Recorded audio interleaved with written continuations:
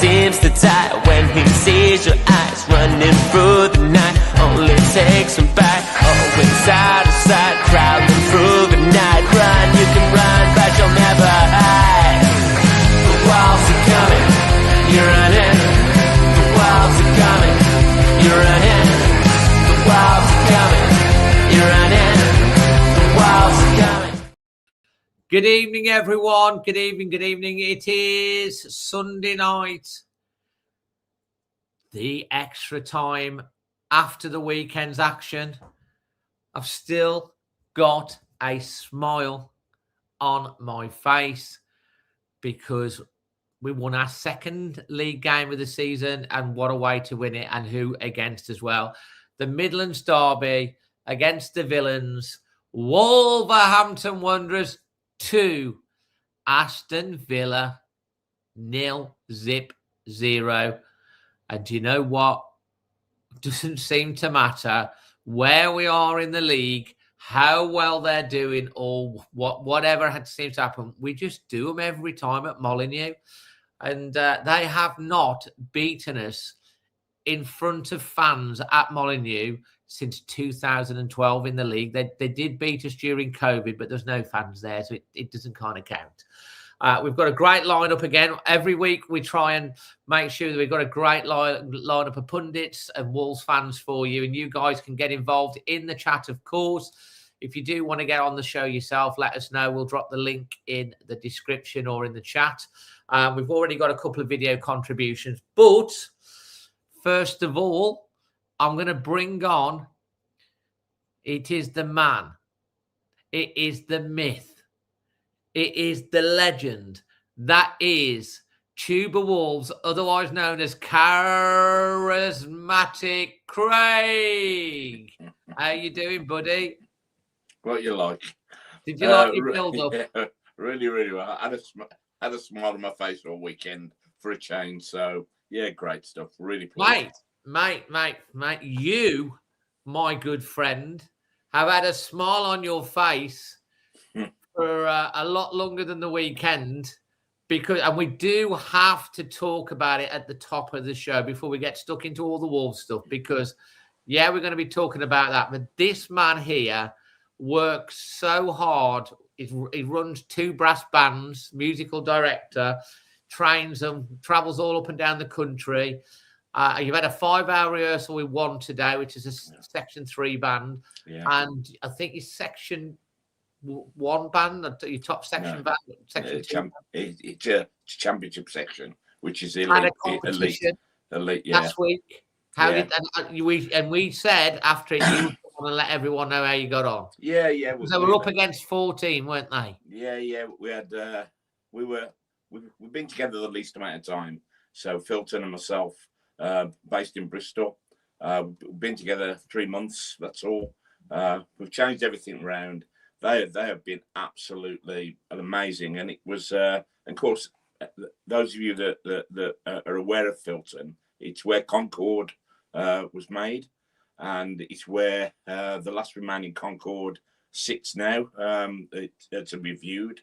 So we did this half-an-hour program. It was an entertainment program on Concorde's 50th year, and the band came forth, which was brilliant. Best horns. That means best brass.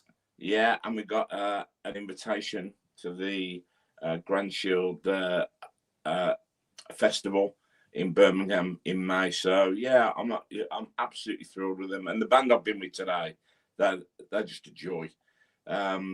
Nobody expects anything from them, and they are just exceeding all expectations. So yeah, I'm over the moon.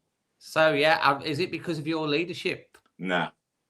Yeah, you're very modest. You're very modest. Anyway, mate, listen, you know that we were really absolutely thrilled for you. So yeah, you were. Thank you for that. And like you've got Rebecca on here saying, wow, Craig, well done. That's fantastic. Absolutely brilliant. What a great manager. Also tonight, bringing her on, representing the girls in old gold, it is Smiler herself. And she's got good reason to smile. It is Lucy, the Golden Girl. How you doing? Whoop, whoop. I'm back. Hi, everybody. There's back. no getting rid of this weekend. Definitely not. It's You've had been fantastic. Isn't it great to have smiles on your faces? You It know, it's been is. such a tough season. It I, is. I know because Lucy, you've been through a hard time because your dad's not been very well, hasn't he? How's he doing? If you don't mind me asking. He's home. He's home. He's struggling. Bless him. We're just keeping him comfortable and making him smile as much as we can at the moment. So big loves to Pops. He's I'm sure everyone in the he'll be chat watching. Go well soon, wants buddy. to send lots of love He'll be to watching. you and your dad, because I know it's the last few months have been so tough for you and the family, and you still keep smiling. And we want to send lots of love and support to you and of course your lovely dad as well. So, Thank you. You're welcome. Big up TC. Loving it. So yeah, I'm sure there'll be some thing. And then next up, I'm absolutely delighted to be. And do you know what? We were talking backstage, and his graphics have gone up a level. You're going to see exactly what I mean in a minute. We're welcoming on. It's Lewis. How you doing, Lewis? Hi, Dave. I'm good, thank you. Look at that. I mean, come on. I mean, that's a great backdrop, Lewis. You've done that. Did you create that yourself? No, I found it on Google, Dave. I saw that it's an option now, so yeah. I think it's nice. Yeah. If you're listening to it back on the backdrop, there is a nice wolf's crest, which is almost like an aura around Lewis's head, and then it's got this lovely sort of panoramic drone shot of Molyneux in black and grey colours. It's classes. There's Rick Reacts is sending best wishes to you, Lucy, and the family. Scott sends hope he's better, Lucy. Carl send our love and best wishes. So lots of love and best wishes to you. Loads of people saying hi to Lucy as well. Absolutely. And so listen. Just before we get started, as always, I need to say a massive, big thank you to the wonderful people at Creation Wolf for powering tonight's show, helping us pay for the stream and everything, delivering the industry's latest and most advanced digital solutions. Great local company, can take your digital plans, online presence to the next level. You can find them on creationwolf.com. The link is also in the description below. Tonight's show, we're going to be looking back on that wonderful night. Is that there's a cricket? I don't know, is that Craig? It sounds like there's a cricket in you. There you go. Yeah, it was me. I mean, desk's moving again, Dave. My desk's moving. Your desk's moving. Wonderful night under the lights on Friday against Villa, winning 2-0. 2 Gomez's getting on the score sheet. Joe Gomez, a beautiful move, which will come on, I'm sure. And then young Rodrigo finishing it. In fact, we had 4 Gomez's on the pitch at the end as well, which I think is a league record for people with the same surname. But before we get stuck into your guys' thoughts on this, we've got 2 video reactions that we've got sent in, and this is the first of 2 stuck into. I'm just going to put Craig on. You can take off. There you go. Craig, you fidget. There you go. You'll get it sorted whilst we've got the first of our 2. It's Noah coming on from the US of A. I haven't watched these yet, so let's see what he has to say. Dave, Noah here from Chicago, Illinois. The weather is finally warming up here, which is great. 60 degrees today, which is fantastic. Moreover, what is even more fantastic, it ends Wolves 2, Aston Villa 0 at Molyneux. Wow. I mean, it just goes to show, no matter what, rain or shine, no matter where this club is, this fan base, the fans of this club, always turn up and turn out, and I couldn't be more proud today to be a Wolverhampton Wanderers supporter.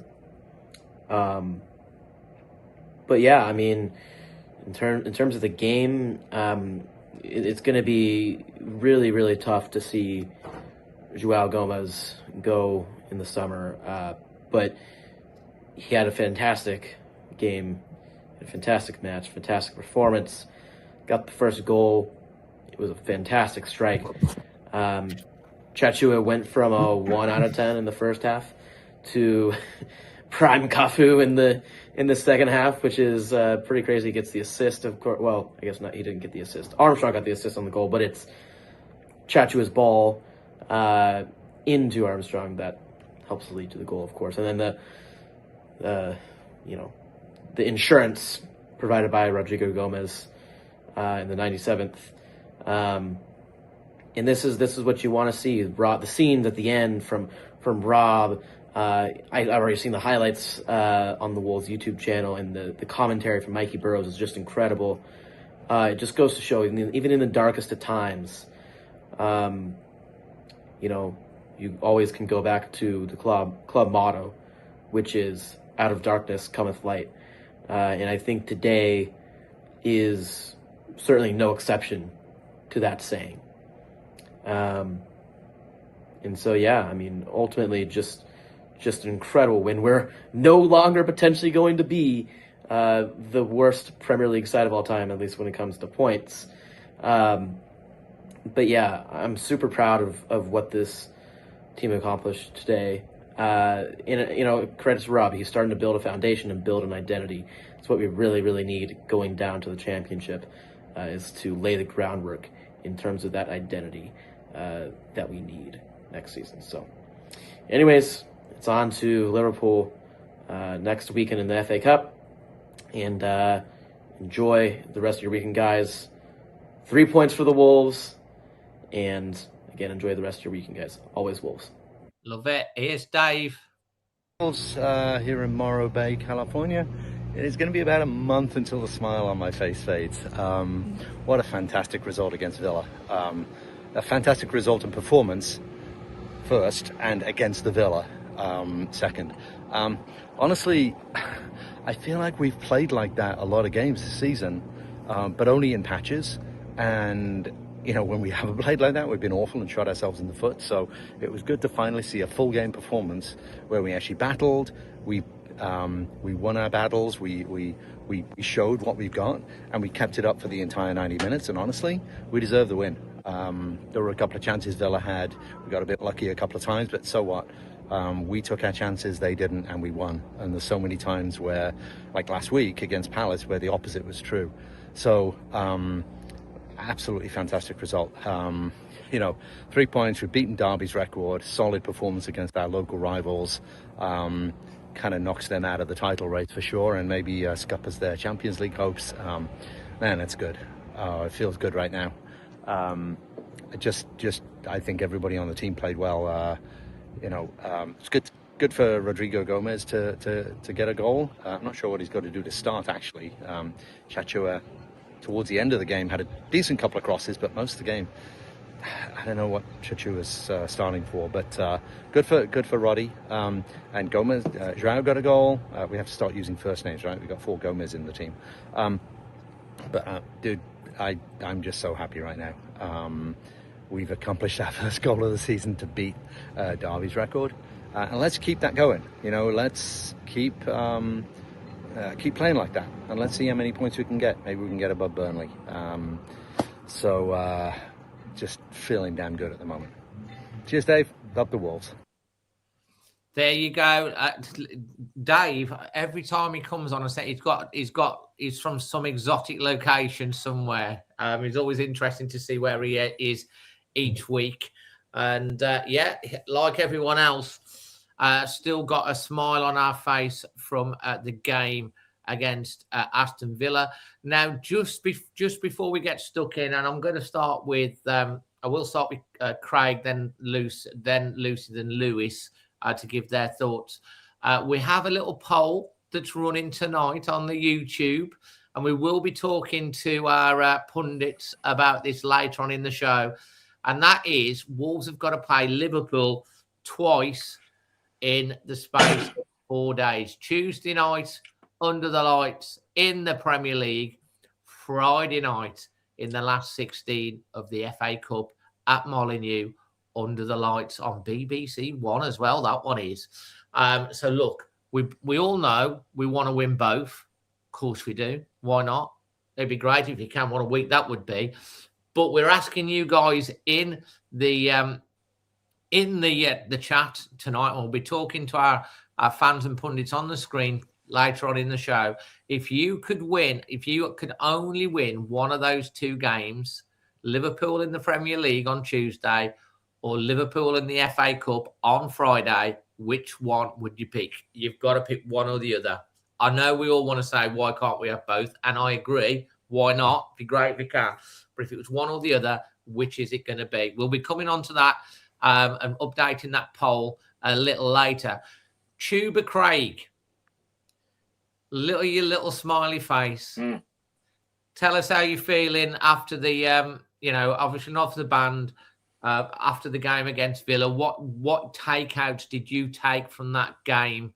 Not only from the result, but from the performance. Yeah, Dave, I mean, I make absolutely no secret of the fact I can't stand Villa. I absolutely detest them. I detest You're the not fans. a fan? Well, I detest the fans. I actually remember the away game where you got that's really wound up, didn't you? Yeah, I was coming on to that. They are the most arrogant, up themselves fans in the entire Premier League. They're the greatest club in the world. Well, what have they won? Birmingham City, for any Villa fans on here tonight, Birmingham City was the last Midlands club made to win a cup. So, shut your traps. Third in the league, and you couldn't beat probably one of the worst Premier League teams that they've ever been. So that's my first point, Dave. First off, I thought it was a really benign game, really benign. We created no chances whatsoever. Chicken Head was just useless. Chicken Head was just the most awful player on the pitch. If you remember, who are you referring to as that? You mean running around like a headless chicken? No, our right back, chicken face. Chichawu, I'm on about. Oh, Chichawu, right? Okay, Jackson. Yeah.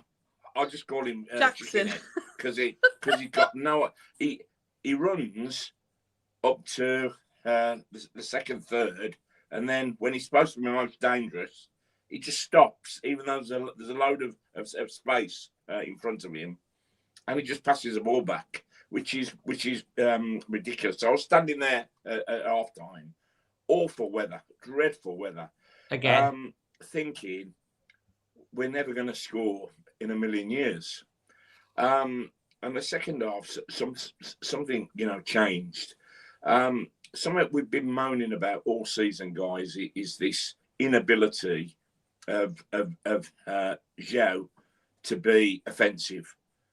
And on Friday night, I have seen him at one of his most offensive displays. He was winning the ball and then running forward, which is what really good midfield players should do. What did he do? That ball from Armstrong, which is a fantastic layoff, just straight to him, and he puts the ball in the net. You remember, was it Spurs 2 seasons ago when he scored 2? Exactly the same. So whether that's been coached out of him, I just do not know. But that for me on Friday was probably his most complete game. Backwards, forwards, Andre accompaniment was just wonderful. Bellegarde. So our midfield worked for probably the first time this season. It literally worked. It clicked. I thought the defence were just unbelievable. Sort of dying for every single game. So I guess my first half rating would have been about a 4.5 out of 10. They stopped Villa playing, but we created nothing. Second half was just wonderful. That goal was a masterpiece. And right at the end to seal the game with a 2-0, wonderful. Unsung hero for me Friday was Jose Sarr. Sarr was just magnificent. That save that he made with off Tammy Abraham was just unbelievable. We'd have never been able to clear that ball had Sarr not taken all that energy out of that ball. Fabulous save. All night he was really solid. But the biggest thing is just shutting them lot up from Aston. You know, I'm just sick to death of how they constantly bragging they're the greatest thing, and they've won nothing in it. How many years? So you know what, you vile claret and blue people, why don't you just go away into your hole, because you're going to win nothing again this season. Go away. Yeah, I mean, I'm sure that you didn't exactly mean to with Jackson about to call him actually chicken head. I think he definitely meant he was running around, because there's a comment here saying from Tim saying no need to get personal with players about calling him that. Look. You meant running around with a headless chicken. Guys, Dave, this is football. It's a bit of banter. You know, some of you need to get some sense of humour, right? It's not personal at all. He's a right back. He was running around like a chicken. That's what you meant. I call him chicken head. So, guys, get some sense of humour, will you? Dear me. Well done, Craig. Lucy, your comments back on that. I'm with Craig all the way. The first half was very dull. I think 0-0 was not a surprise in the slightest. They didn't bring anything to the game at all. Villa, I'm referring to. So to go 0-0, I was pretty, okay, we'll take that. 0-0, that's fine. Second half, I don't know what Dave Edwards had said, but blooming heck, they'd all brought it. Every single one of them, their heads were held high and they just went for it. Every single one of them. Jackson was brilliant. Second half. First half, I don't know. As soon as we start shouting, go on, just keep running to the corner. Pass the ball over. I don't know.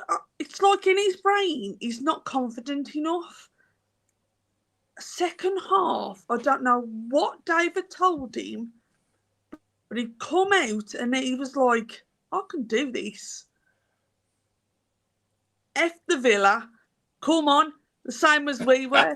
And he belted and he took that ball and he went for it. And it was so good to watch that confidence come out in the lad. And seeing his confidence brought out the confidence in the other players, in him. They were passing him the ball a damn sight more. And they were waiting for the ball to come across. We've been waiting for that player to come out of him the majority of the season, I've got to say. And it came on Friday night. And wow, it was fantastic to watch. All the team just brought it in the second half, and it was absolutely solid. Our defence was brilliant, absolutely fantastic. Can't fault them.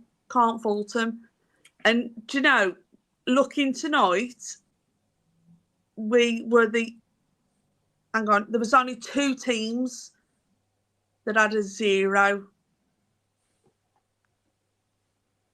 And do you know what I mean? There was only a 1-0 and a 2-0. All the rest, there was goals in both. So, come on, me babbies. Come on, me babbies. Absolutely. And there was plenty of banter between the the Wolves and the Villa fans on the night, because obviously, as you know, the Villas are going for Champions League, and we were thinking Champions League having a laugh, and they were going championship having a laugh, and then we scored and we were going 1-0 to the singing 1-0 to the Championship. And I love the banter and stuff and that was quite funny, and it was great. It was a really great night, great to win. Lewis, I want you to come in on your thoughts on what Craig and Lucy have said, and add any observations you've got around that game.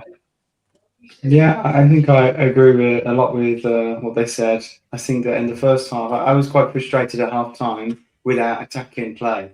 I think defensively we were really solid, and we were able to deal with anything that Villa were able to throw at us. But I thought they were quite poor too. But that doesn't take away from the fact we handled everything they did give really well. But I really was frustrated because I didn't think we competed enough going forward in the first half. I think that there were chances for us to break their high line with a pass that could have gone a bit quicker, and we'd win the ball back, and we were very slow, I thought, in the first half. I think there's an example where Hugo Bueno had the ball in the bottom of the pitch in the corner by the North Bank, and he played it into Mane, but he was too slow and it was offside.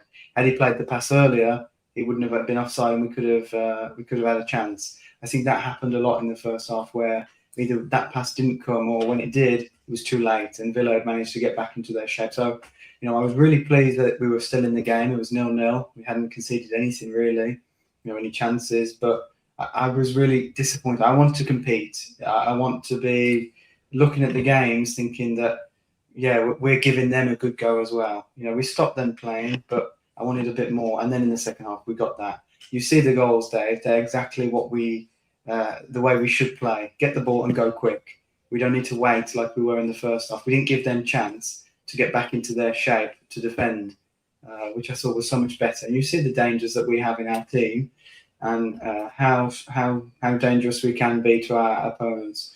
And I think there is a lot to take for the players individually for the rest of the season, that they can hurt teams and they can be clinical when we need to be.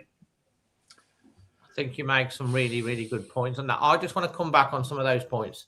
Listen, first of all, I want to talk about Jackson Chichua, who's got various nicknames. The passionate Paul calls him Chit Chat, basically struggles to say the name. I've got to say, I'm all for encouraging our players. I'm all for trying to be really, really positive and build them up in confidence. We saw obviously all the stuff what happened last week with some of the idiots on from around the world that because he missed that penalty. Without any shadow of a doubt, a player should always be called out for their performances. Without a shadow of a doubt, if they're not performing on the pitch or they make a mistake, or you got to think we should always be able to call them out. Obviously, the stuff that happened with Tolu the week before, really affected him. And he was obviously on the bench. He came on, and it was great to see. One of the moments I thought was when he came on and the fans were singing his name, Tolu, when he came on, because, confidence can get knocked in a player. And when someone was obviously racially abused the week before, like he was, along with some other players, it's totally unacceptable. We talked a lot about this in the last game, and the Wolves fans were absolutely magnificent when he came on the pitch, when he ran down the touchline, showing our love. And we should always show our love to our players, regardless of everything else, because confidence is a bit of a thing. Now, on Jackson Chichua, he's been brought in. He is officially the fastest player in the Premier League this year, and the frustration I can 100% get from Craig, Lucy, Lewis. We all feel it around the stadium because the guy has got so much pace, and in the first half, he literally was like a headless chicken running around. The fact that he got the ball and he weren't looking what was going on. He was frightened to take a player on. He checked back, and 2 or 3 times he got the ball.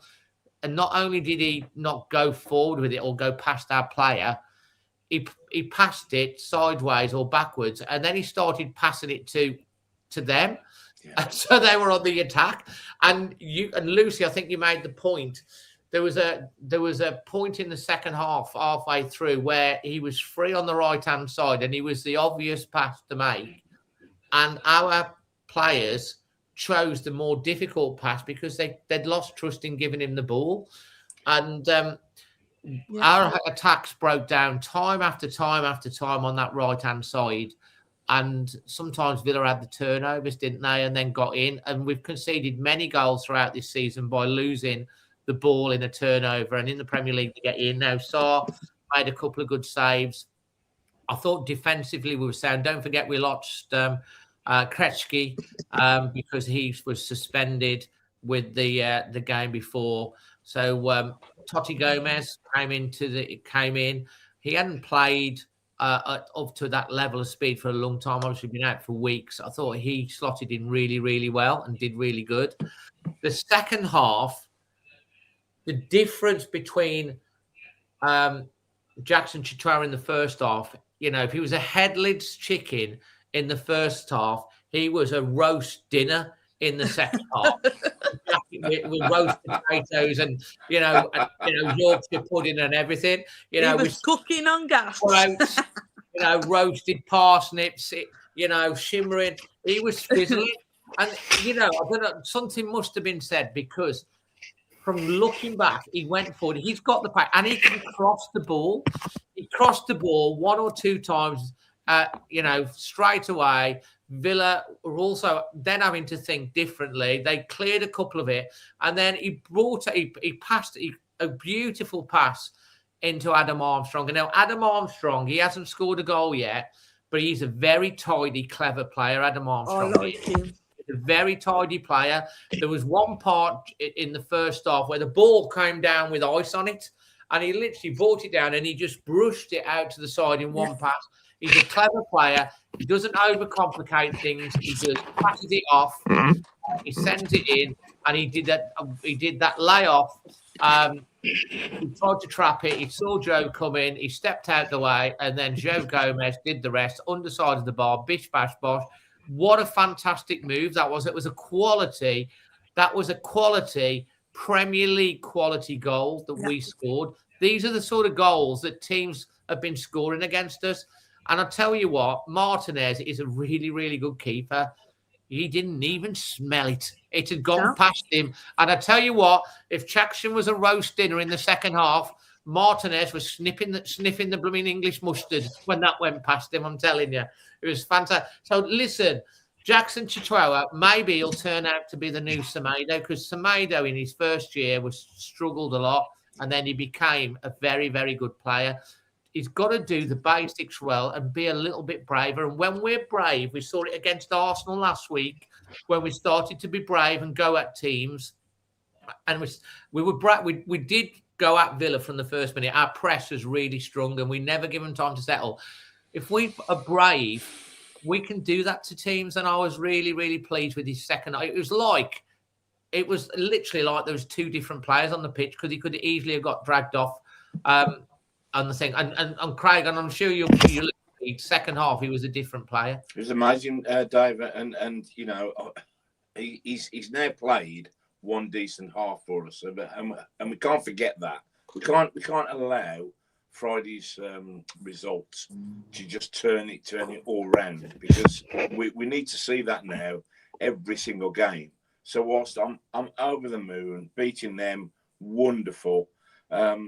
We're still likely to go down. And that really hurts me, I have to tell you, because the blame, as we all know, is not necessarily being on the pitch. No. You know my thoughts on this. If ever there is a travesty of very poor management from the highest level, it is Wolves. And so you've got to say that it hasn't necessarily been our products.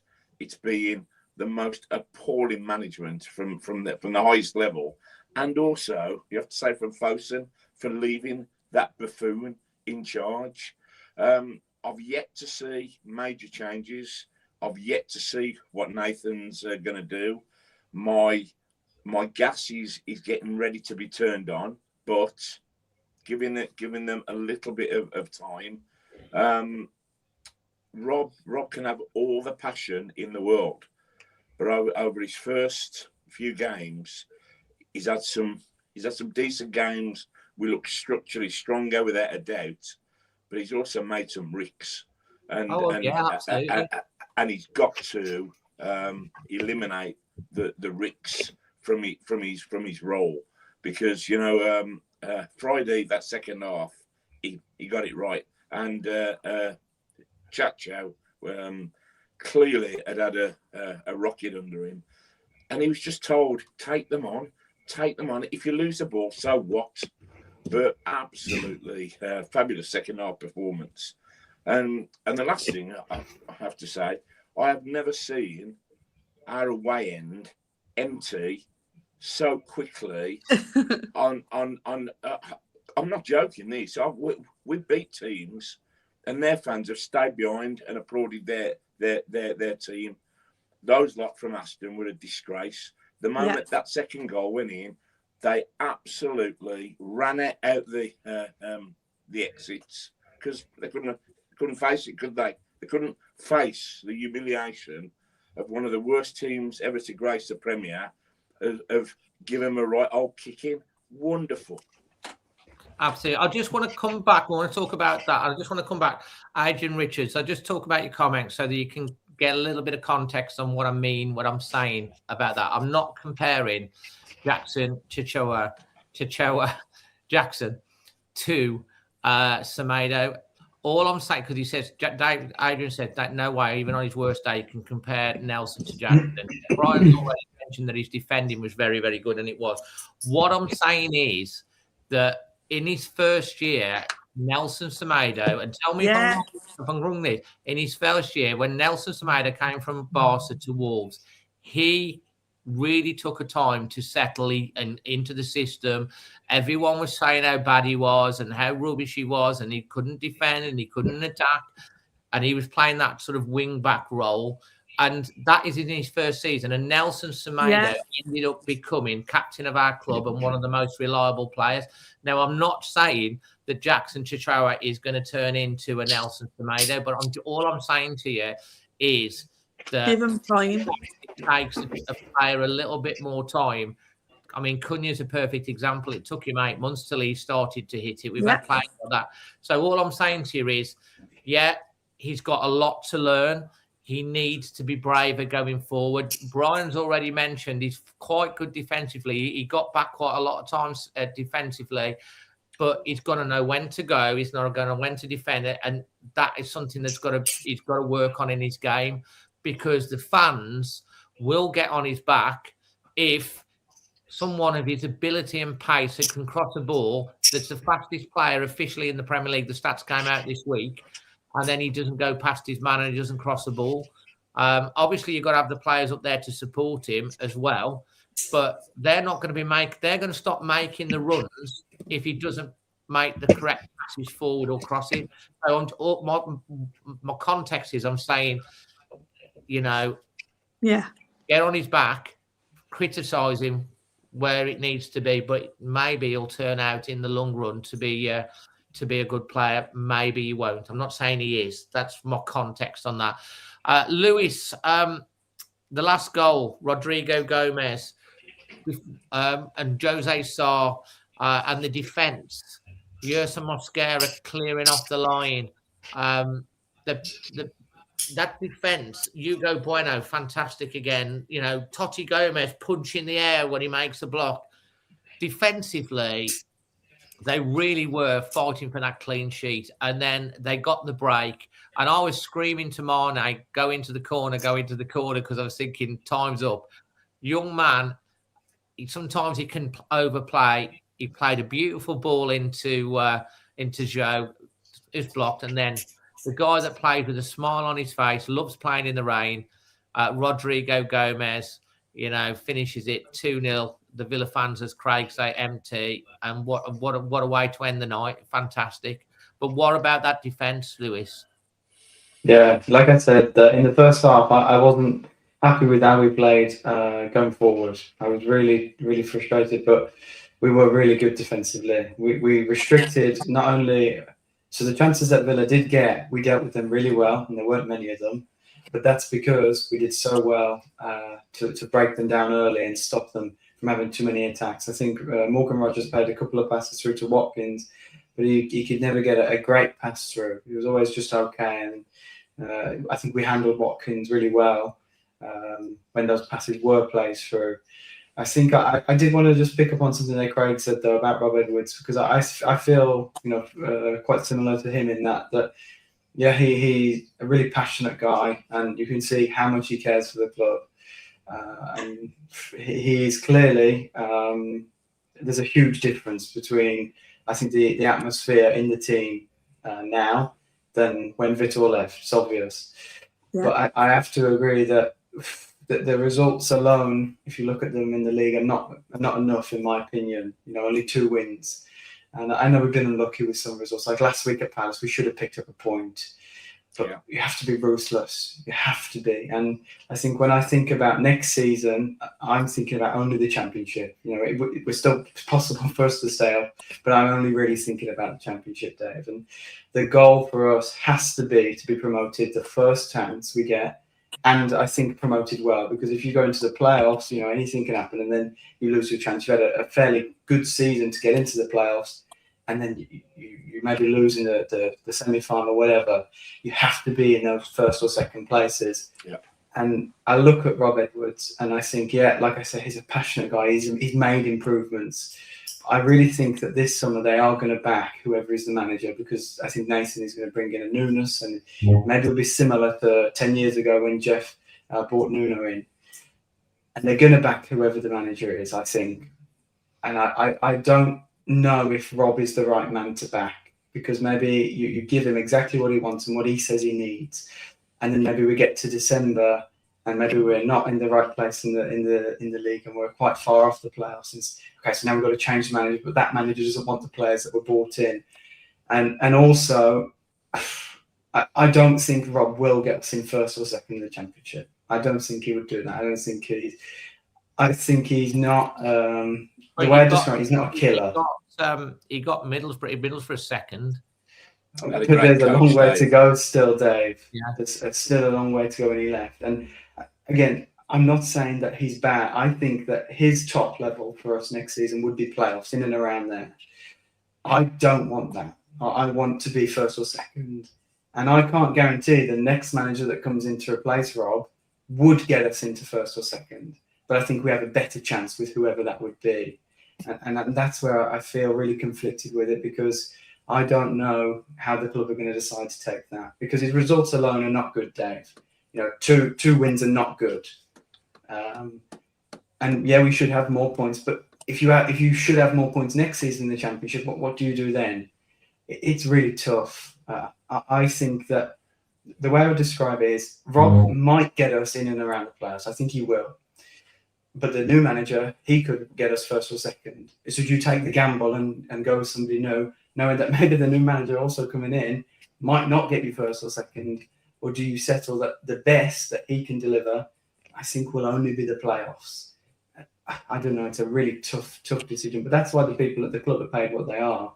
And the people in and around the club, like Matt Jackson, the people he has around him, that's why they are in the position they're in, because they are able to make those choices. It's such a tough one, Dave. Interesting. Lucy, Rob Edwards, passion at the end. Where are you with Rob? I'm with Rob all the way. I think he can bring us back up. The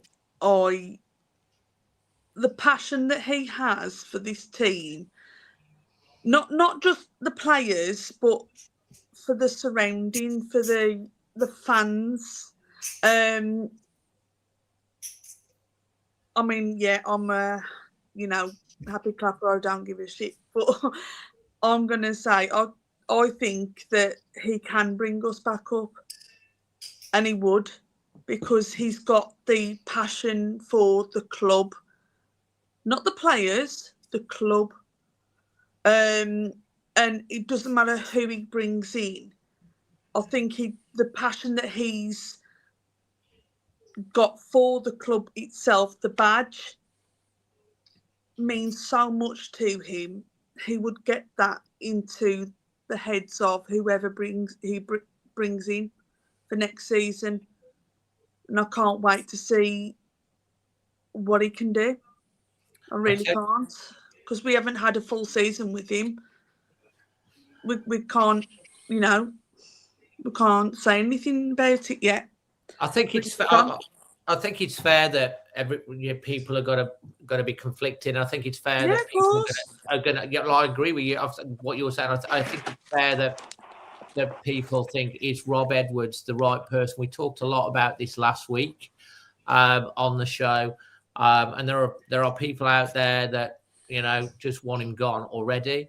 There's people out there that really want him to succeed and are going to back him. And there's people on there that are like what Lewis is saying. I'm not sure. The one thing I can say is with having been in that meeting, they're not looking to chop and change managers. They've done that cycle. Oh yeah, get a manager, sack him, get rid of the backroom team, start again.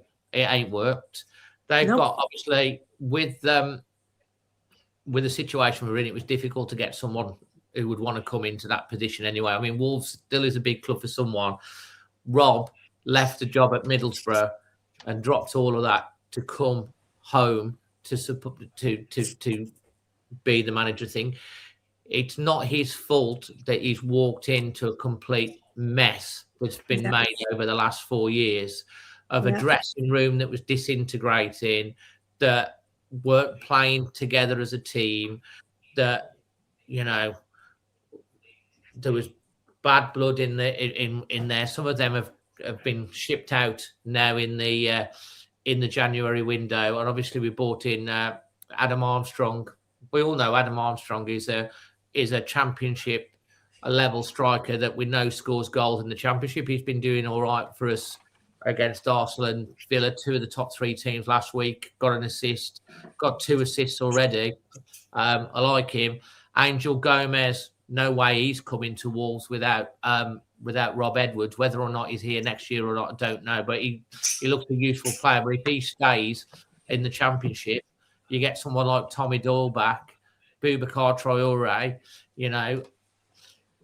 obviously the likes of Joe Gomez and Andre is going to go. But the thing is, with Rob, the performances have been a little bit hit and miss in terms of some of them. But like the fights there, you can see them fight. There was no fight in this team before he came.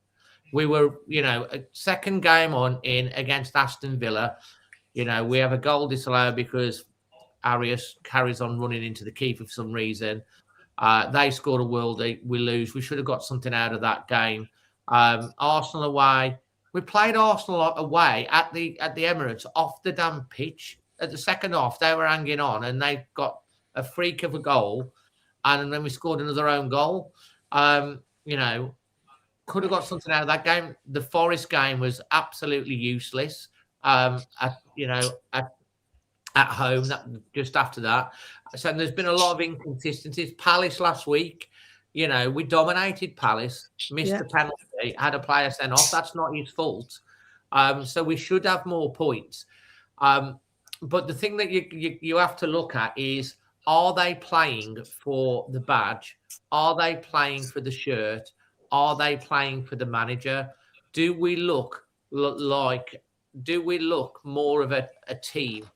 The answer to me is yes, we do. We look more of a team, and it looks like they want to play for him. So obviously we beat Villa. Now can we back it up against Liverpool twice in midweek and then Brentford away? Because that's the thing. We need momentum to the end of the season, because the last 2 or 3 years, even though we had that 6-game winning run under Vitor Pereira, we ended the season on the beach losing. The year before, we ended the season losing. And then we've carried that momentum into the start of the following season. We need to finish the season strong. First objective is to get pride back in this team and fight for the shirt. They're doing that at the moment, as I can see. They don't seem to have given up. Second objective, not be the worst Premier League team in history. Third objective, try and catch Burnley if we can. Fourth objective, why not try and go as far as we can in the cup? You've still got things to play for, and the players on that pitch, if they want to be here next year, they've got to prove that they deserve to be. And if they want to get a move, they need to be putting in performances so someone comes in from Craig. Yeah. Lewis, so astute. He is. So astute. What he's saying there is not that he's anti-Rob. I know, I say he is. I'm the same. I want him. We've got a big war chest. We've got a huge chest to spend. Rob is not Nathan's man. He's not his appointment. So this is a brand new brush. And whether you like it or not, I have looked at games since he's been there. His selections have been poor. His formations have been poor. We've given games away. He has with his selections and his formation. Now, when you are heading up this huge organisation, we are talking about you are going to make really tough decisions. It's not nicey decisions, Dave. You are going to look about what money you're going to spend, whether you trust that person to spend it in the right way or not. Because once it's spent, it's spent. So, from my understanding, it's more of a recruitment-based approach, whereas before they went in with like Victor and Tetty and Jeff. The recruitment were basically sidelined for the last window. Whereas now it's a lot more. It seems to be a lot more recruitment-led. We haven't seen it yet, though, Dave. So you can't say that. You're saying what you've been told. We haven't seen this yet. So you're hoping it is, but we don't know. So as a boss, you are looking at Rob. You're looking at his record. Lewis is absolutely right. It's a poor record, Dave, and he has created some of his own issues. And would you say though, Craig, he's come into a team that was rock bottom, lacking in confidence, couldn't defend, couldn't score, had 2 points. We're now on 13 points. Absolutely. And this isn't his team, is it? Absolutely. But you then don't give games away, so that you demoralise your team further by not playing strikers, as we talked about against Man City.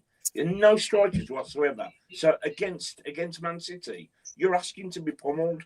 And that's just basic managerial nous, and that for me is why I love him to bits. I love him being a Wolves man. I'd love him to be a massive success, but I'm saying he's made too many ricks for me at the moment for me to be 100% certain about where he is. And Lewis, absolutely spot on, mate. Well, yeah, I mean. Yeah, come on, Lou. Come back on what you were saying there. Yeah, and I agree. It's like it's tough because when he came in, he was the only manager I think that really took a good look at the job and thought, yeah, I'll go there. There was nobody else. But I think we have such a really limited opportunity, Dave, where there's going to be parachute payments money. There's excitement around the club because Nathan is here. I think this is a real window of change. It's very narrow. If we have a poor start to the championship, and I'm not saying like poor as if maybe we're in and around 17th, 18th. He's not that bad. He's okay in that league. You know, he's demonstrated a good level of ability there with a couple of clubs, Luton and Middlesbrough. I just think that we have to be good. We have to be very good there next year, and the players that he will want. The next manager might not want. I mean, you saw that with the players that when we signed the players for Julian, for example, not all of them were liked by Vitor and Gary. You know, so then what do you do with those players? Because you've invested in them then, and especially when you're signing these kind of players to try and get you back up, the money that we will have to pay, if we have to sell them 6 months later in January, we're not going to get back. So you have to get it right. And I'm not sure Rob can get us more than the playoffs. Now, if you're happy with the playoffs as the club, if you're Nathan and you think I don't mind the playoffs being Right, the I'm minimum. going to tell you for a full fact. I was in that meeting. It's obviously he said he's got to get us promoted in 18. We have got to be a Premier League team in August 2027. That's his remit. His chairmanship's on the line if he don't achieve it. Basically, what we're reading between the lines. So then, if that's the goal, I think there are better options than Rob. And you look at when Nuno joined Wolves, he came from a Champions League team, Dave, to Wolves. We're in a very similar scenario where we're in a lot of change. Obviously, we're in a bit of a better position than we were when Nuno came because we were stuck in the Championship. Now we have the chance to bounce straight back up. I think it's just too good of an opportunity to waste it by not being aggressive and going after somebody less safe. I think Rob is such a safe choice. And like you want to get to the playoffs, maybe he's a good choice. I think we could go and be aggressive and go and win the Championship with a different manager who has a different approach. He can attract different players. You obviously said Angel Gomez came because Rob Edwards is convinced in, and I think Angel Gomez is okay. But you compare that to the players we signed when Nuno came. Nuno was able to attract more players and different player, better quality. I think the new manager that would replace Rob, if they pick the right one, would have the ability to do that again. And I'm not convinced that Rob will get us promoted. Whereas a different manager, if they pick well. Have you got anybody in mind? We have got some callers just ringing in as well. We'll get them on in a second. Have you got anyone in mind? I think there's a really obvious choice at the club already, Dave. I really like Rui Silva. I think that if you notice the upturn in form, obviously you spoke about the Arsenal game. I agree with Rui Silva. He got back to the club. So that's I think a brave choice too. Somebody who has a good understanding of the club too, like Rob. I think someone who's been there at the highest level. I mean, he almost qualified for the Champions League with Forest last year as Nuno's assistant. I think he's one choice, but there are definitely others too. And before Nuno came to the club, not many people in England knew about him at all. There are managers with really good quality who are capable out there, and the club will know about them too. It's just up to them to go and, if they make that choice, to go and get them. Because, like I said, not many people knew who Nuno was and who he is and who he's about. But look at the quality that he brought to the club, and we haven't really got it right since then. I know people talk about Julian, but I think he had a lot of flaws too with the departures that he allowed. Like he let Raul leave, and look at the quality that he still has. Yeah. He walks into our team. There's a load of people that really into. I mean, Rui Silva, he is. I think he's one of the best things. But obviously, Rob's brought him into his backroom team.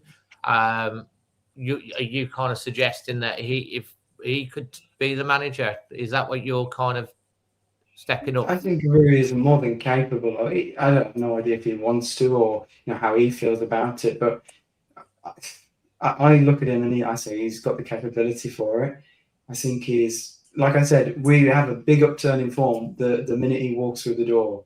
No surprise to me. To be honest, mate, Rui Silva is a fantastic coach, and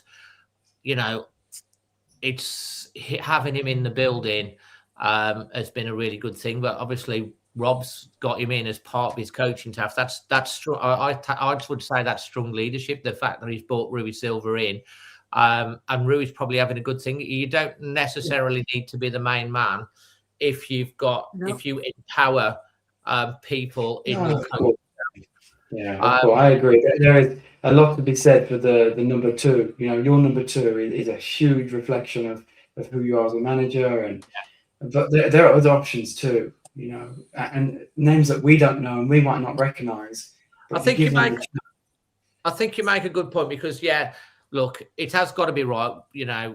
Rob has got a record in the Championship, I suppose, with Luton and with Middlesbrough.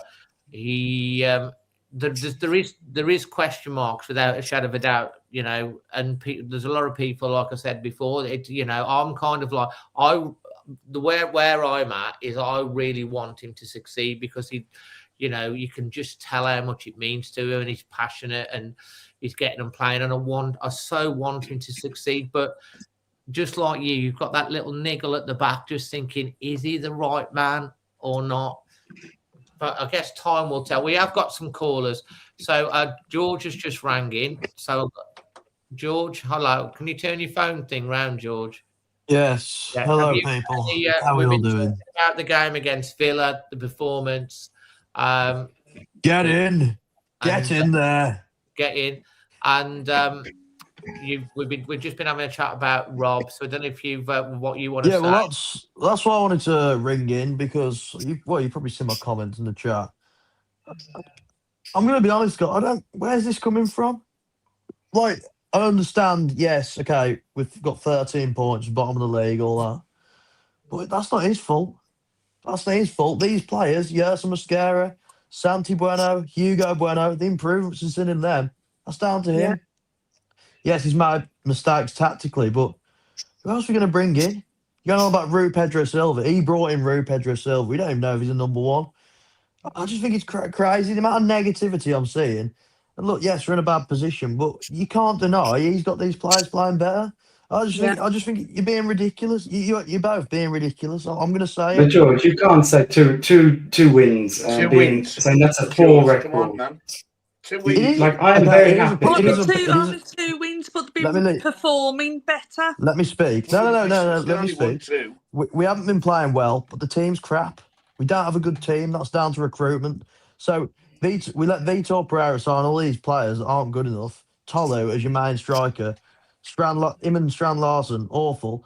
And then I know you're saying about the signings, but Adam Armstrong and Angel Gomez, if we keep Angel Gomez for next season, he's your best midfielder in the Championship. Don't care what you say. Unbelievable player, unbelievable talent. Been watching him for years. Great player. Adam Armstrong, 20 goals guaranteed in the Championship. You can't tell me that's not good recruitment. You can't tell me he hasn't come in. He hasn't brought in players that suit the Championship. English players that understand the game, understand the club. We haven't done that in years. It's a breath of fresh air. Yes, tactically he's not the best, but you could argue it's not his players. The players aren't very good. We've seen what the players like, and he's improved many players. Look at someone like Yersa Mosquera, improved massively. Look, he's not perfect, but we're not in a position we can get good managers in. We've blown it. No good manager, any decent manager is going to want to come to Wolves, because they're not going to trust Fosun, are they? Like the way Lopetegui's treated, Large, Nuno, Let's goes go, on. George. Let Lewis come back on that. I mean, it's great that you got, and this is what football is about: opinions and debates. Opinions, and absolutely. stuff like that. You know, I mean, I always say when everyone's coming on with an opinion and stuff like that, is like, give your opinions. You can't then say someone. I mean, you just did, but someone else's opinion might not agree with it, and you might think it's ridiculous, but you've got to respect their opinion from it, just like you're giving yours. And to be honest, everyone will respect your opinion. You're probably a bit more of a glass half full, like what I am. But if Lewis can come back and then Craig, come in, mate. No, I'm just. My opinion is also your opinion. Is a bit crazy, in my opinion. Yeah, no, I appreciate it, George. Yeah. I don't think that, for me, the game against Villa was a great performance. It's so emotional. But for me, it doesn't shift the needle too much with Rob. Before that game, we'd won one game under him. And I know you said the performances are better. But how much would you say is actually down to him? Because, like I said, before the Arsenal game, when Rui came in, the performances were poor and we were losing. We were playing badly. So if Rui Silva didn't come in, and you might say that's Rob Edwards' that's his skill of appointing somebody who can support him. If he didn't come in, what kind of position would we be in? And that's not to say that in 6 months maybe Nuno leaves West Ham and says, Rui, you're coming back to work with me. And Rui says, well, that's my guy. I'm going to work with him. And then maybe we're in a position where we've lost the actual person who is helping the team the most. And you said, obviously, he's not great tactically. I think you have to be great tactically to do well in the Championship, because teams are so smart. So, if we're going to be a better team in the Championship, one of the better teams, and we have to break down teams constantly, maybe if we play obviously 23 other teams, maybe 15 of them are going to sit behind the ball every game. You have to be good tactically to break these teams down. And I worry with Rob, with what happened at Luton when he got relegated. And I know it wasn't his team that is going down this time. He didn't pick these players. I worry that maybe he doesn't have enough to get us back up straight away. And if we don't come up this season coming up, George, I don't see it happening for a long time. You just have to get it right. But we've been told, Dave's told us this, we'll have a lot of money to spend. We've been told we'll be able to bring in a lot of players. We've been told whatever it takes to go up will happen. So if Rob Edwards starts poorly, surely we'll have the players in place and we can just sack him and then bring in a manager. But his players, You know what I mean? you just said And that his when players, George. you just said that He's just signed he Angel doesn't Gomez, have which- his players. But you just said he He just doesn't signed- have his players with this team, and they were apparently good players, and maybe it could have worked out differently. So if Rob Edwards signs his players, who are these good players that we had? well, John Arias, when he signed in, everyone in the club was so happy because he had a fantastic. He was club clearly record. crap. Yeah, but George, How to be did you fair, know that? When he arrived, you didn't know that. And then he actually started playing better under Rob Edwards. George, to be when fair, Bruce Silva was John back at the Arias club. was when I think most people, when we got him, because he had such a great Club World Cup and he was in the team of the tournament, everyone thought he was going to rip it up and he was going to be the new Cunha. Obviously, it never turned out that way in the end, and he's ended up going back. Sometimes you buy players with great expectation. Look at Fabio Silva, and they don't turn up, and then you buy an unknown, Diogo Jota, for example, or Ruben Neves and stuff like that, and they end up being incredible. In terms of the summer, I want Craig to come in and then Lucy in a second. In terms of the summer, obviously, the vibe that we're getting is that Wolves are in a very strong position from a PSR point of view, and we can be very strong in the market. They're not going to just throw money willy-nilly. They're going to, they've thrown wasted money on players in the past. You need to, in the summer, we should be able to attract players. We're a reset. And in the summer, when Wolves are completely reset and a zero, there might be a decision, because it is true what I think Craig said, that Rob Edwards, as much as we love him as a person and stuff like that, he's not Nathan Shee's person. He was brought in by... Oh, come on, Dave. He He doesn't know anything about football. I'm just Nathan saying... Shee don't know anything about football. Like, you can't say, it's Nathan Shee's No, guy. I'm just saying... Who would Nathan Shee's guy be? No, what I'm saying, George, is sometimes when you get a change of chairman or whatever, they want their own person. Yeah. That's what I'm saying. I'm not saying he will be. My understanding is that they want Rob to be a success and they want to invest in him, and they don't want to be chopping and changing like what's happened. But if we have Rob needs to have a strong end of the season in terms of performances and results, because we've got 9 games to go. He still needs to prove himself. And I think you could see in the... Can I just make a point? Crystal Palace, he coached to win. Individual performances let him down. But game before it was Arsenal. So he's coached 3 great performances, in my opinion. I agree with that, because, Tolo misses the penalty. They don't have players sent off. We have a player sent off. It's not Rob's fault that that's happened. We should have won that game and we were unlucky. And, against Villa, it was a complete... I think, Dave, too, sorry, you say he's unlucky, but he made some poor choices too, I think, in the game. Absolutely. What, Palace?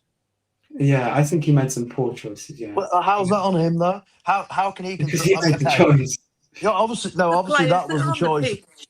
No, I do agree with that. He shouldn't have let Tolo take the penalty. You kind of interrupted what I was kind of saying then. Sorry. What I was kind of saying, Rob, there is a lot of people who really like Rob Edwards. I think we can all agree in this chat, we really like Rob Edwards as a person. He's a really good guy. He loves Wolves. He's fan at heart. You could see the passion at the end of the game. In the press conference last week, I watched the press conference. I always report on the press conference. He looked gaunt. His eyes were watery. He looked like the world was on his shoulders. He still put on a smile and he answered the question. He looked under severe pressure and on that game. And you could see the result against Villa, the emotion that came out of him.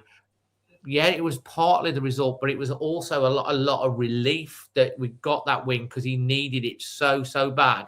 And he needs, although I just think the performances have improved, I think we've got better as a team, and the players are clearly playing for him and for themselves, and we look more like a team, he needs a good end to the season, because if we win one more for the rest of the season, where we are now, they have set a bar now against Arsenal second half, against Villa. There's a bar that's been set. That performance has got to carry on and results for the rest of the season. And if he got that, I think then most people will probably come on side and think, yeah, okay, he's got a team going.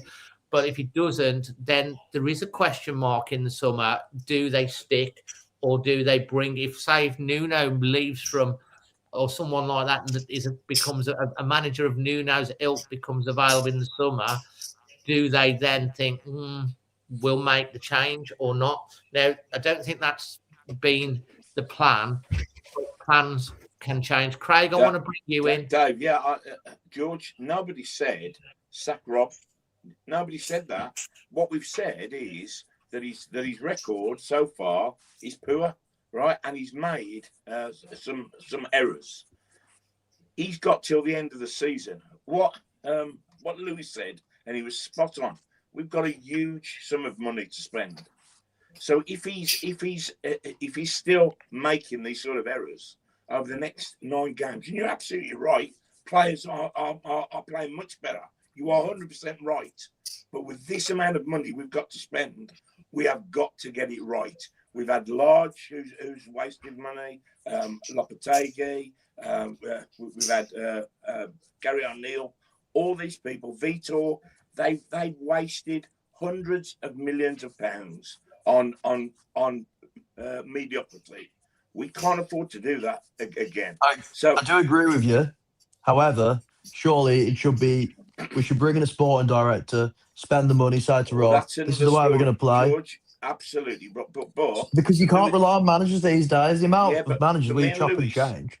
What all that we're saying is that his job isn't safe, and neither should it be with his record. However, the jury's out. So nobody in this chat has said sack Rob. Nobody. 100%. I just think there's a lot of negativity. We just beat a team in the top 5.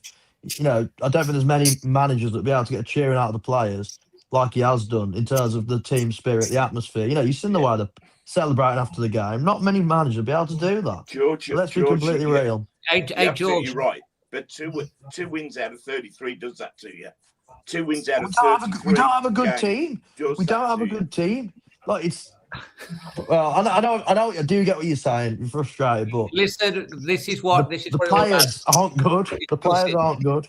Discussing in the right way. Listen, I love the fact that you're coming on and saying, I came on here too, Dave. Happy Papa channel. We're always. Dave, I came on here 2 years ago. What did I say? I said shouldn't sell out Nori. Shouldn't sell Cunha. No, I might have not said about Cunha. There was Neto and Nori. I said we shouldn't sell those 2 players. You 2 said we should, so we reinvest. That happens. Reinvest crap. Not in this position. But you can't keep these players forever. They're ambitious players they want to go. You can't keep them. We've never been able to replace them properly. So that's different to keeping Nori and Neto. Lucy, I'm going to bring you in a we second. We could have kept Nori this season. George. I don't see. We could have kept Neto as well. But, George, we didn't force them out. George, when we just don't overpower the chat, let everyone speak and come in. I know you're enthusiastic and you want to jump in with things, but obviously... I'll come off, Dave. It's all right. No, it's said what I need to say. No, it's great, and that's why you're coming into court. All I'm saying to you, with Aït-Nouri and with Neto, I didn't want to sell them. I didn't want to sell them players. I would have rather have kept them. Cheerful Chris would have sold Aït-Nouri because he wasn't a big fan, to be fair. But the fact of the matter is that when someone like a City or a Chelsea comes in and they're paying triple the wages, they're going to be, they're going to be offering the money that they are, and they're going to be challenging for trophies and things where Wolves aren't. It's very difficult for Wolves to be able to hold on. A prime example of this, in the summer, when we'd sold a lot of players, we could have sold Jurgen Strand-Larsen for £60 million. The club could have taken that money and sold it then, and they would have got, at the time, would have got pelters for selling Jurgen Strand-Larsen, just come back on the end of scoring 14 goals. In hindsight, that would probably have been the right decision at the time, because we ended up selling him in the next window and still got 46 million. But that's 14 million pound loss. So sometimes when transfers come, you do have to take the money at the right time. The problem that Wolves have had in recent years is we've sold too many at the same time, and we haven't replaced well enough. When Jota went, for example, God rest his soul, Neto was coming up behind him, and so they had the conveyor belt of people that stopped, and we've lost our way. And this is why we're at this sort of place now where we're in the position and we're going down, because over 3 or 4 years, we haven't been successful like a Bournemouth or a Brighton in replacing the players. Lucy, you've been very, very patient, just wanting to come in on Rob Edwards, and then we'll move on. But George, I do appreciate your points, mate. Cheers, George. Lucy, No. End of the day, I just thought you were being a bit negative after a great win. So up the wall. I don't know if you've missed the whole of the show. We were being really positive earlier on in the show. I literally only spent the last 10 minutes talking about Rob. I was like, hold on a minute. See that we were quite positive. Sorry, boys. I won't try to. I'm going to come off. I've got work early in the morning. But all right, thanks for calling in, George. See you in a bit. All right. Bye, George. Cheers, George. Lucy. Not me neck. He's a whirlwind. Smile off my face. Blimey, me. George is a whirlwind. He's a whirlwind. He's very strong with his opinions. And he's come on. And this is what it's all about. This is why we have debates and discussions, because it's all about a game of opinions, isn't it? So Lucy. And I think we're all looking into the future. Let's stop looking to the future and let's enjoy the moment. And that's what's wiped the smile off my face for the past how many minutes that we've been talking about when we go down to the Championship. Stop it. Let's enjoy what we've got now. We've just beat Villa 2-0, and that's all. That's why I've come on tonight, is to appreciate exactly what we've just witnessed. And now we're talking about the future and what's going on with Rob. Oh. Yeah, but look, I agree. It's like, we should enjoy this. I'm having my say. No, I know, but bore off now with it. Lucy, Lewis was just agreeing with you. I agree. You should enjoy the moment, especially this season. We haven't had anything to celebrate about. But I think the problem, we are where we are as a club because we didn't think about the future. Dave spoke about Brighton as a really good example. When they sold great players like Caicedo at Chelsea, they had Baleba ready to come in. We stopped doing that, and they have too. Actually, you see maybe there. I think further down the league, it's important to celebrate the wins that you get when you're playing so badly as we have this season on the whole. But we have to talk about the future because I think without it, you don't prepare. Why? Why have we got to? No, we haven't. Because it's a big picture. I don't look at the tactics. I don't look into it like you do. I look at it as a personal point of view. I go to the games to enjoy myself, and I thoroughly enjoyed myself on Sunday. Cool. And I hope that every other game that we get coming up are exactly the same. No, they won't be. Do you know what? That's my point. Yeah, and Lucy, look, you've had a lot of heartache and pain in your life recently, so so I wanted to enjoy myself. Yeah, absolutely. And you can lose. This live tonight was to put my point across and smile all the way through, and I haven't. The same as mine, Lucy. I'm allowed to put mine across too, and that's my point. That Rob did we had a great game on Friday night. But my opinion is that I'm allowed to give mine too. And that's it. I didn't say you weren't allowed to, Lewis.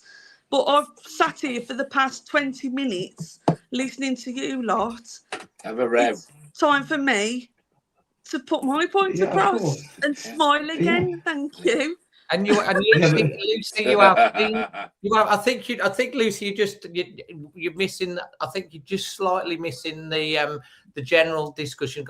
Everyone agrees with what you're saying, that we're very happy and absolutely buzzing. And I'm still floating around in the clouds about the thing. Obviously, as part of the discussion throughout the chat tonight, leading on from last week and the last few games, there have been questions about Rob, and he did show that emotion and that passion at the thing.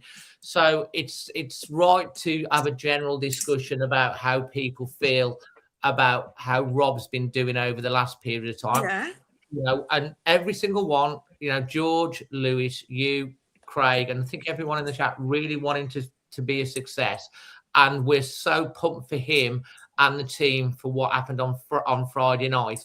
And we want it to continue for the rest of the season. If we can win every game, even better than that, be amazing. Here. But when we get to the end of the season and we are looking towards the championship and we still have things to play for this season, it is such a massive year for us next year in the championship. Wolverhampton Wanderers, it's our 150th anniversary. They, you know, the decisions that are made over the next few months in terms of the transfer window and the players coming in and who leads us into next season is such an important thing. And this is what I'm saying. If Rob has a good end to the season and we continue, I think, at the upturn in form and we're getting the results, then that helps him. But if things don't pan out that way and we have more defeats and he maybe wins one more for the rest of the season, it's fair to sort of say, is he, as much as we love him and we really want him to succeed, is he the right man to then be given that chalice to take us forward when it's so important? Or do they have to, as a business, any business, think, are you the right person? And I think we'll find out a lot more about where that goes, and hopefully you'll agree, over the 6 months. But whilst we're winning games of football and we're enjoying that winning feeling, because let's face it, Lucy, we haven't smiled a lot this year, have we, at all? We need to enjoy that moment, don't we, as well, and live in the moment. And that's kind of your point too, isn't it? Yeah. You're absolutely nailed it. And I think what's been a really good conversation tonight is to see those mix of feelings. We're going to move on from that now because we've got a little poll that's running. I'm going to go with you first on this one, if I can, Lucy. Next week we play 2 important games. I know you're going to be there shouting and supporting, and I know you're going to want to win both. If you were to pick, and someone can update me on the poll that's running, if there was one game and we can't win both, we've got to pick. We can either win the league game against Liverpool or the cup game against Liverpool. What are you going for? The cup? Cup, 100%. Cup, absolutely. Because let's go for it. Let's go for it. I want to get back to Wembley. I want to enjoy the day at Wembley again. Let's do it. Yeah, let's do it. We've done it. We've beat them in the cup before. We can do it again. And we can. And do you know what? I think it's about the 4th or 5th time in 9 years that we've got Liverpool, and I've still not forgiven them for disallowing that bloody goal where they lost the camera angle cheating. At Anfield. Cheating. Craig, if you could pick one, what is it going to be? League every time. Like that. Look, where there's life, there's hope. As slim as it is, you start knocking over Villa, Liverpool. You draw with Arsenal, and your team are gathering momentum. You never know. It's so unlikely, but it's still an opportunity. 9 games. You're going to. We did it last season with a 6-game winning streak. Yeah, against out-of-form teams. But you know what? Where there's life, there's hope. We need to be in the Premier League, Wolves. And so every time the league game, I'm afraid. Okay, interesting, that one. It's a fair play here. So you still think there's, why not? We can still win. Until we can't, Dave, yeah. Until we can't. Okay, well, we only need 5 wins to cast Forest, I suppose. We've got 9 games left. Lewis, cup or league? Yeah, I am.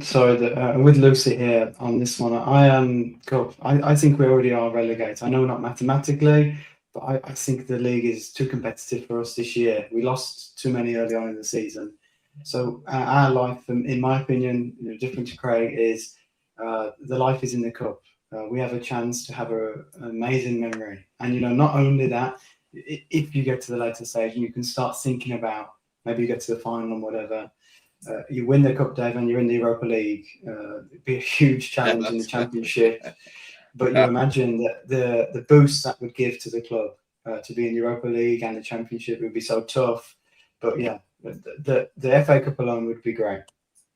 Absolutely. Well, I'm just going to, someone's just put it in the chat. The poll's currently running at Premier League 20%, FA Cup 80%. So that's quite a comprehensive thing for that. Now, listen, Craig, mate, I've been, you know, I know you said the league, but I was thinking about this earlier. I was just thinking, because I was thinking, we've got 9 games to go. How many points can we get? You know, they all lost the weekend. We won. You know, West Ham lost, Tottenham lost, Forest lost. We won. And I was thinking like you, well, we could have beat Arsenal, we beat Villa. They're both in the top 3. You know, Liverpool, we can get them. If we beat Liverpool, then, you know, why not Brentford?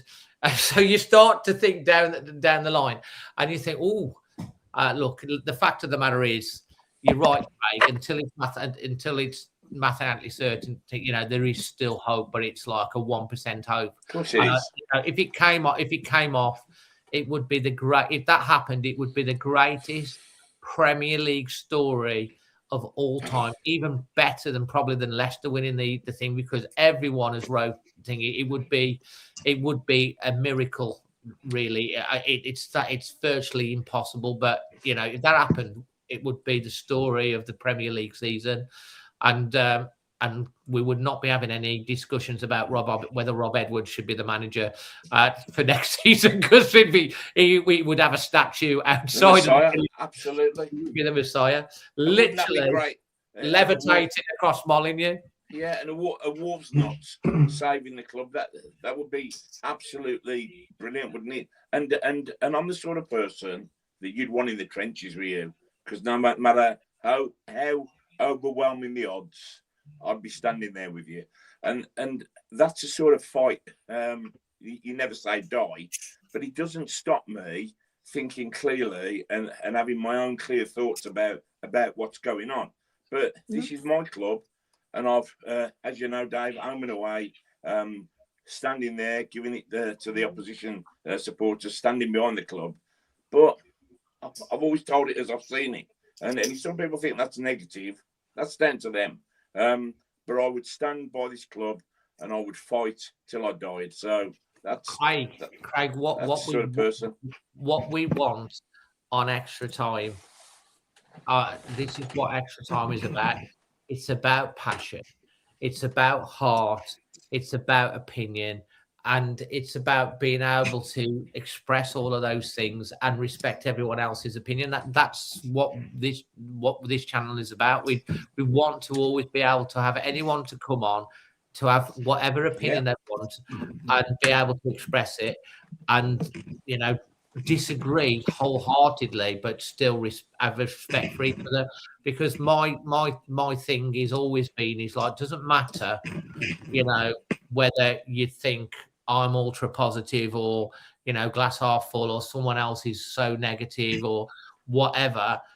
All of us care passionately about we do. Our club, our badge, and our players, and we just have had the season from hell and joy from Friday night. The feeling of having that bragging rights and walking out after the meltdown against seeing all the Arsenal, you know, meltdown because we, you know, come back and through with them, and then, you know, absolutely taking Villa apart. Well, all the Villa fans in the comment section below, apart from one or two bitter ones, have been saying you deserved it. But when it comes down to a choice, I've got to go with the FA Cup because it's my dad's dream. Your dad, absolutely. It's my dad's dream to go to an FA Cup final and sing Abide With Me. My preferred outcome is that we beat them in the league, and then we thrash them in the FA Cup. We get a home draw against the lowest ranked side in the quarterfinals, and we don't mess it up this time like we did against Coventry, and we get back to Wembley and get to an FA Cup final, and my dad's dream comes true, and that would be it. But like, obviously, all of us would prefer to sort of win both if we can, but it seems 80-20. Just last thing, if you got any Q&A for Craig, Lucy, and Lewis to finish off. Lewis, someone said that you should be stepping up as sporting director alongside Nathan Shee, and in the chat that you should be in the boardroom. I think if I could vote and second that, I'd get you in there. Well.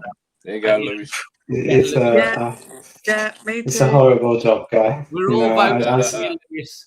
So Nathan Shee, if you're watching, Matt Jackson, get in touch with young Lewis, get him in the boardroom as well, because he does talk a lot of sense, and he'd be really good. He knows about transfers as well.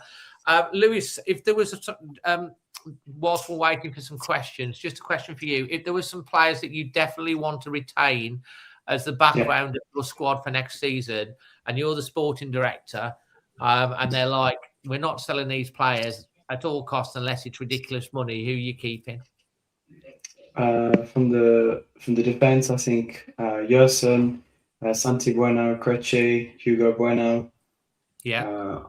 I hope we get to keep one of Andre or João Gomez. I think it's optimistic, but I hope we get one of them. And I prefer What do you think Andre. the chances are is that?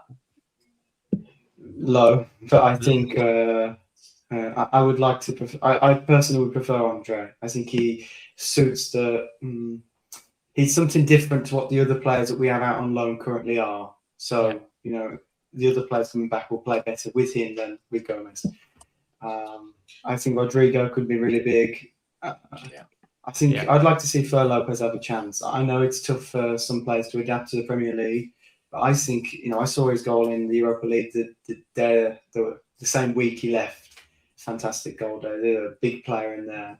Do you think he Armstrong for sure? Better player though, because of the getting game time and more mature, naturally because he's a year older.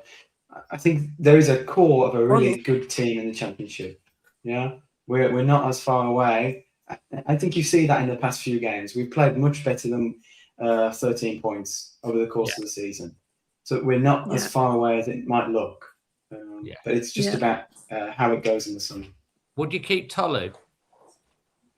Yeah, but I think we need something else too, Dave.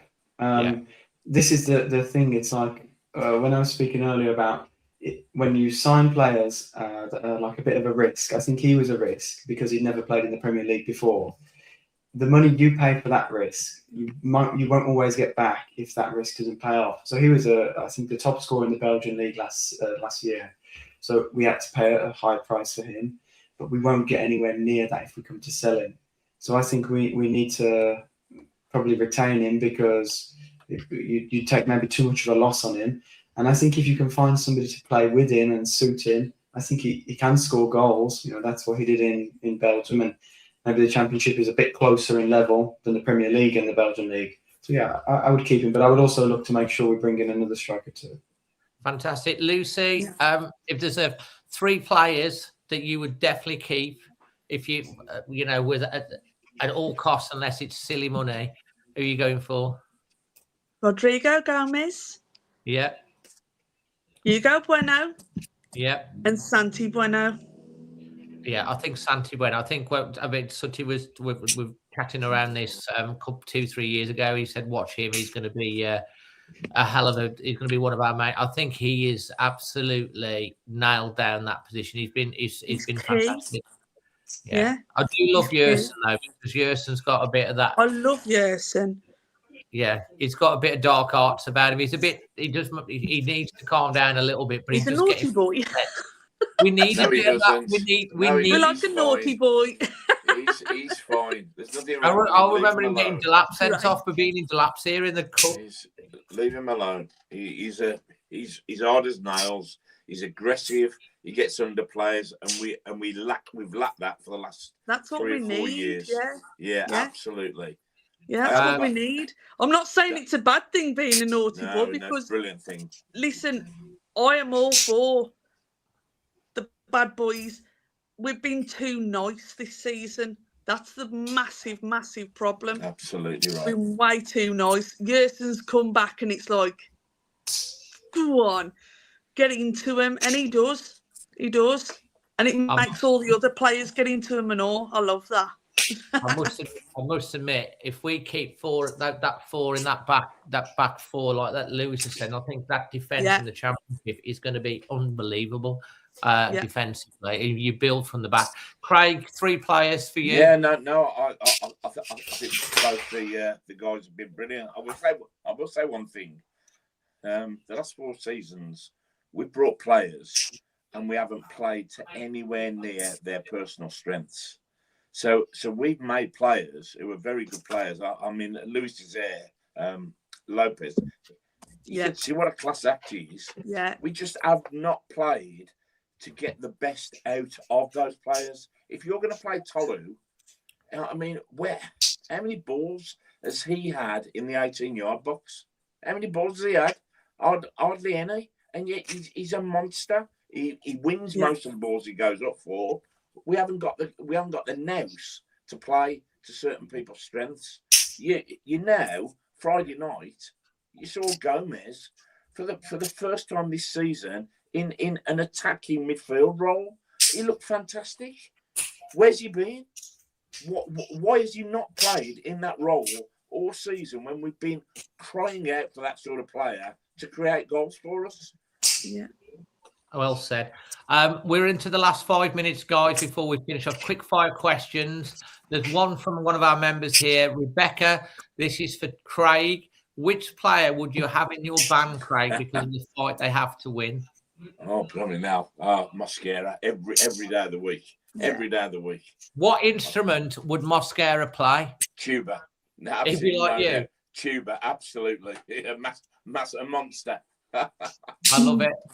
Mike has asked me how my dad is doing. He was a little bit unwell on the way home yesterday in the week. He was a bit sick.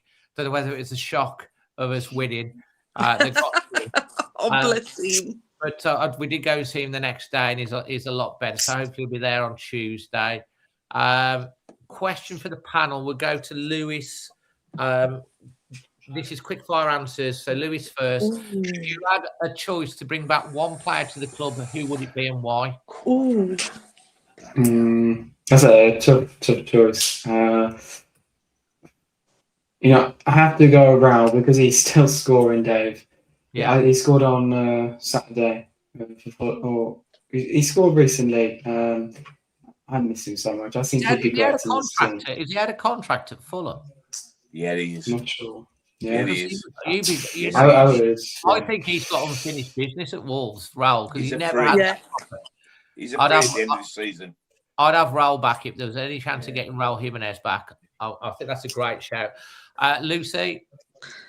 Other than Raul, I'd have Connor Cody back. Not as a player, but backroom staff. Oh my God. He'd boost them all up, wouldn't he? Come on. That's a great shout, that is. Connor, bring him back. Love him. Great shout. Craig? Ruben, every day of the week. Right in the middle of midfield. Absolute Ruben Neves. He loves the club, he loves the fans. He'd get the young. I mean, can you imagine the knowledge that he's got to pass on to our youngsters? Angel Gomez, what would Angel Gomez learn from him? Mane, if we manage to keep Mane.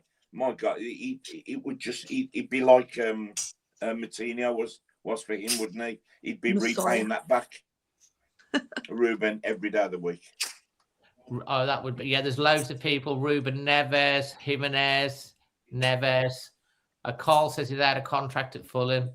What says rapper beer, anyone? That made me laugh. And me, Lucy, she said, look, Cody. Cody for his enthusiasm, Ruben Neves.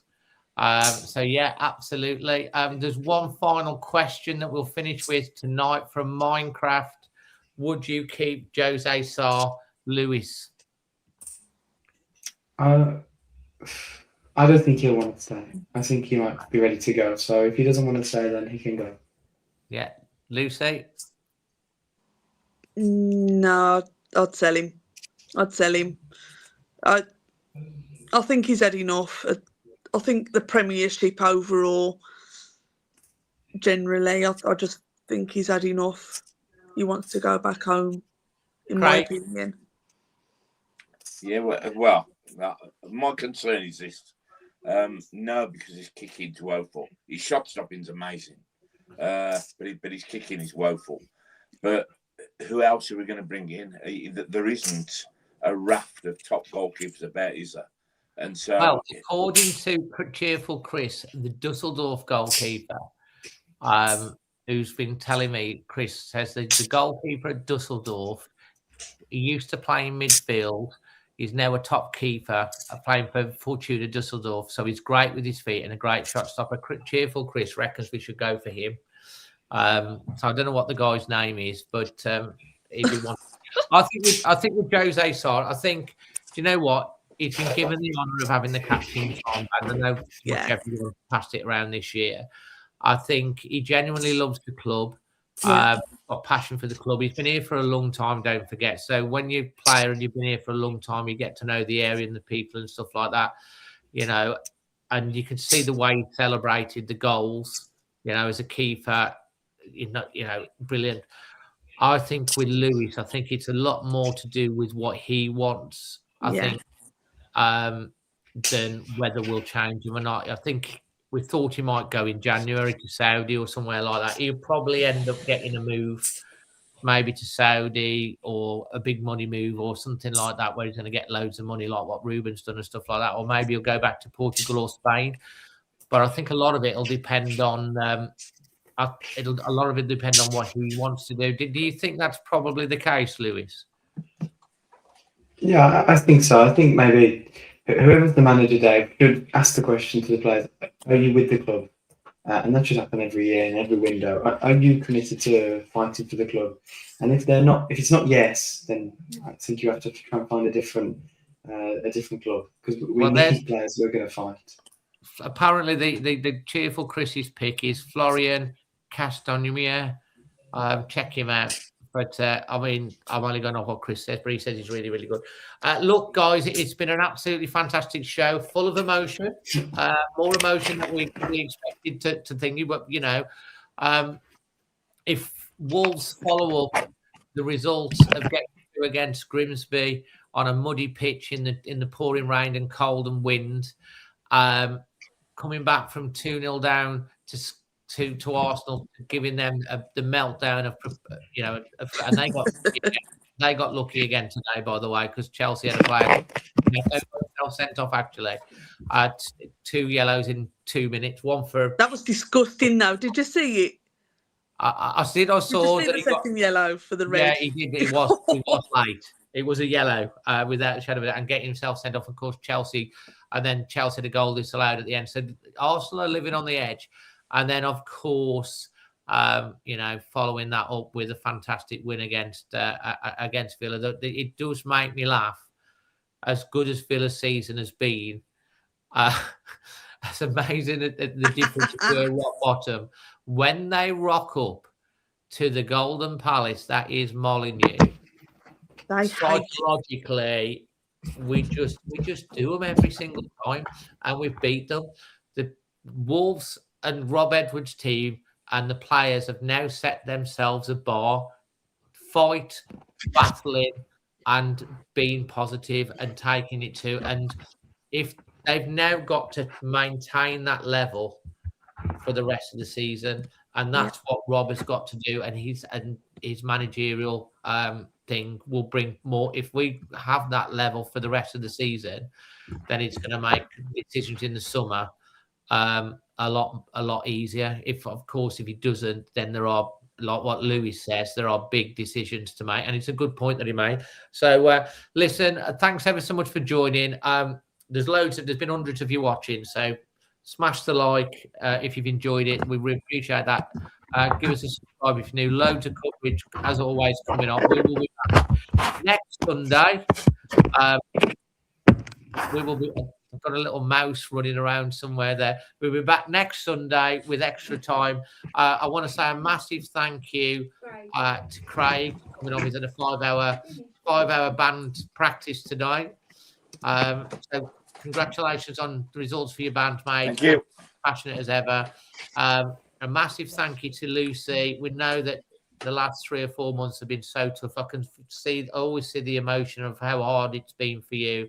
So to come on and give everyone your smile and everything and positivity, it's wonderful to see. And we do, with all our hearts, wish all the love in the world to you, and especially your dad, mate. Because, you know, I know my dad's and Lewis. You okay? Who's tapping there? Is that you, Lewis? Yeah, sorry there, yeah. Yeah, I thought we got a mouse running over the. Lewis, listen, mate. You always come on. You always make some excellent points. Loads of people agree with what you've got to say. You talk a lot of sense and a lot of intelligence about what you say, and you raise brilliant points. And when you come on, it always contributes so much. We're all going to be sending an email into Nathan Shee now recommending that you step up to the role as sporting director. We're all voting for Lewis. Guys, thank you ever so much for joining. I do appreciate it. And let's hope that both Craig's wish of beating Liverpool in the league and everyone else's wish of going through the FA Cup comes through. And why can't we win both, Craig? Well, mate, no reason why. You know that. We stay up and we win the FA Cup. Fantastic. Guys, thank you ever so much. Lots of love. And obviously, check out the links in the description. Big thank you to Creation Wolf again. Link in the description. If you're watching it back on the leave your thoughts in the comments. And if you're listening to it on the podcast, give us a follow on that as well. Till the next one, always wolves. Always wolves.